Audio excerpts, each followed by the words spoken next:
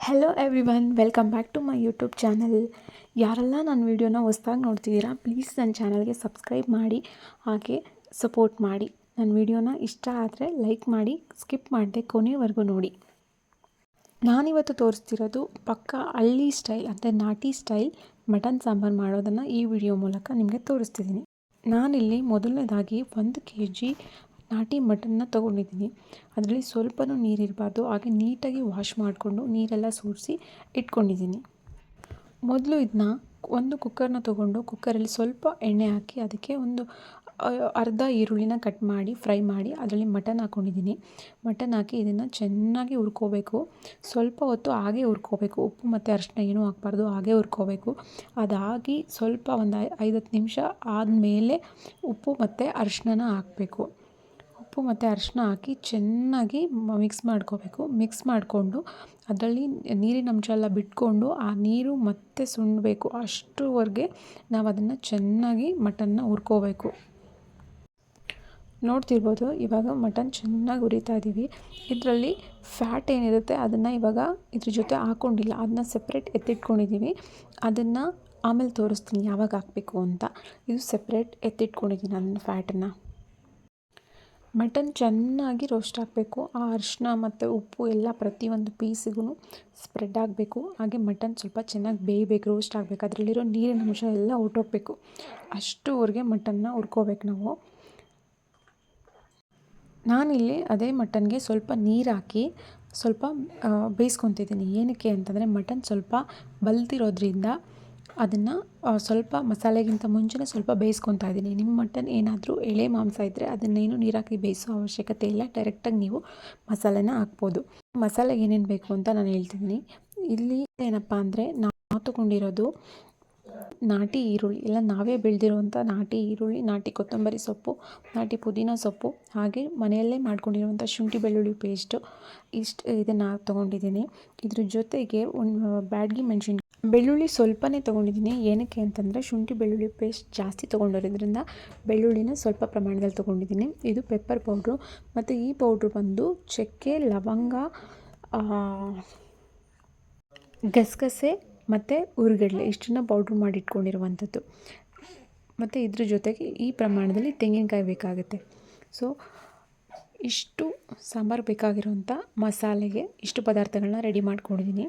ಇದನ್ನು ಏನು ಮಾಡಬೇಕು ಅಂತಂದರೆ ಇವಾಗ ಒಂದು ಪಾತ್ರೆನ ಇಟ್ಟು ಅದನ್ನು ಸ್ವಲ್ಪ ಕಾಯಬೇಕು. ಅದಾದಮೇಲೆ ಅದಕ್ಕೆ ಸ್ವಲ್ಪ ಎಣ್ಣೆ ಹಾಕಿ ಆ ಎಣ್ಣೆ ಬಿಸಿ ಆದಮೇಲೆ ಇದು ನಾಟಿ ಈರುಳ್ಳಿನ ಇದರಲ್ಲಿ ಹಾಕಿ ಫ್ರೈ ಮಾಡಬೇಕು. ಈ ಸಾಂಬಾರಿಗೆ ಟೇಸ್ಟ್ ಕೊಡೋದೇ ಇದರಿಂದ. ನಾಟಿ ಈರುಳ್ಳಿ ಇಲ್ಲ ಅಂದರೆ ನೀವು ಮಾಮೂಲಿ ಈರುಳ್ಳಿನ ಯೂಸ್ ಮಾಡ್ಬೋದು. ನನ್ನ ಹತ್ರ ಇದ್ದಿದ್ದಕ್ಕೆ ನಾವು ನಾಟಿ ಈರುಳ್ಳಿನ ಯೂಸ್ ಮಾಡ್ತಿದ್ದೀವಿ. ಈರುಳ್ಳಿ ಚೆನ್ನಾಗಿ ಫ್ರೈ ಆಗಬೇಕು, ಅಂದರೆ ರೆಡ್ ಕಲರ್ ಸ್ವಲ್ಪ ಬ್ರೌನಿಷ್ ಆಗಬೇಕು.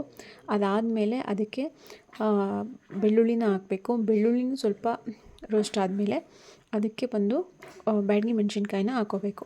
ಬ್ಯಾಡಗಿ ಮೆಣಸಿನ್ಕಾಯಿ ಇದು ಮೂರನ್ನು ಚೆನ್ನಾಗಿ ಫ್ರೈ ಮಾಡಿ, ಇದಾದಮೇಲೆ ಶುಂಠಿ ಬೆಳ್ಳುಳ್ಳಿ ಪೇಸ್ಟು ಮತ್ತು ಏನು ಪೌಡ್ರನ್ನೆಲ್ಲ ಹಾಕ್ಕೊಂಡಿರ್ತೀವಿ, ಪೌಡ್ರನ್ನ ಹಾಕಿದ ತಕ್ಷಣವೇ ಉರಿನ ಸಿಮ್ಮಲ್ಲಿ ಇಟ್ಕೋಬೇಕು. ಉರಿನ ಜಾಸ್ತಿ ಇಡಬಾರ್ದು. ಏನಕ್ಕೆ ಅಂದರೆ ಪೌಡ್ರೆಲ್ಲ ಸೀದೋಗ್ಬಿಡುತ್ತೆ.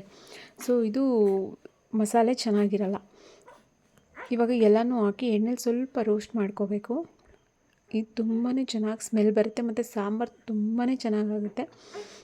ಇದಾದಮೇಲೆ ಇದರಲ್ಲಿ ಲಾಸ್ಟಲ್ಲಿ ತೆಂಗಿನ ತುರಿ ಹಾಕಿ ಅದನ್ನು ಸ್ವಲ್ಪ ರೋಸ್ಟ್ ಮಾಡ್ಕೋಬೇಕು. ಇದೆಲ್ಲ ಆದಮೇಲೆ ಲಾಸ್ಟಲ್ಲಿ ಕೊತ್ತಂಬರಿ ಮತ್ತು ಪುದೀನ ಹಾಕಬೇಕು. ಅದನ್ನೇನು ಫ್ರೈ ಮಾಡೋ ಅವಶ್ಯಕತೆ ಇಲ್ಲ, ಹಾಗೆ ಸುಮ್ಮನೆ ಆ ಬಿಸಿಗೆ ಮಿಕ್ಸ್ ಮಾಡಿದ್ರೆ ಸಾಕು.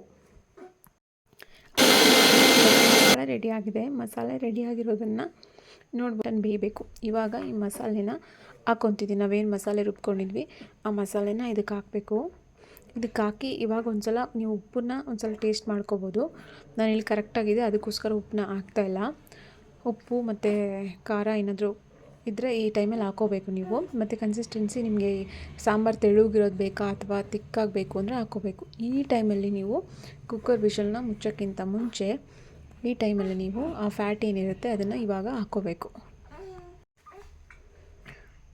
ಸೊ ಇವಾಗ ಇದನ್ನು ಹಾಕಿ ಚೆನ್ನಾಗಿ ಮಿಕ್ಸ್ ಮಾಡಿ, ಅದು ನಿಮ್ಮ ಮಟನ್ ಮೇಲೆ ಡಿಪೆಂಡ್ ಎಷ್ಟು ವಿಷಲ್ ಕೂಗಿಸ್ಬೇಕು ಅಂತ. ನಾವಿಲ್ಲಿ 4 ವಿಷಲ್ ಕೂಗಿಸ್ತಾ ಇದ್ದೀನಿ. ನಿಮ್ಮ ಮಟನ್ ಏನಾದರೂ ತುಂಬ ಬಲ್ತಿದೆ ಅಂದರೆ ಒಂದು 4-5 ವಿಷಲ್ ಕೂಗಿಸ್ಬೇಕು. ಇಲ್ಲ ಎಳೆ ಮಟನ್ ಅಂತಂದರೆ 1-2 ವಿಷಲ್ಗೆ ಸಾಕಾಗುತ್ತೆ. ಇವಾಗ ವಿಷಲ್ ಆಗಿದೆ. ಇವಾಗ ನೋಡೋಣ ಸಾಂಬಾರು ಯಾವ ಥರ ಬಂದಿದೆ ಅಂತ.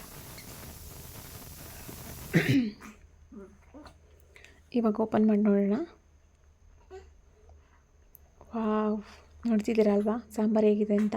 ಇದರಲ್ಲಿ ಫ್ಯಾಟ್ ಏನಿದೆ ಅದೆಲ್ಲ ಎಣ್ಣೆ ಬಿಟ್ಕೊಳ್ತಲ್ವಾ, ಅದು ಸಾಂಬಾರು ತುಂಬಾ ಚೆನ್ನಾಗಿರುತ್ತೆ. ಇದು ಹಳ್ಳಿ ಮಟನ್ ಆಗಿರೋದ್ರಿಂದ ಇನ್ನೂ ಟೇಸ್ಟ್ ತುಂಬಾ ಚೆನ್ನಾಗಿರುತ್ತೆ.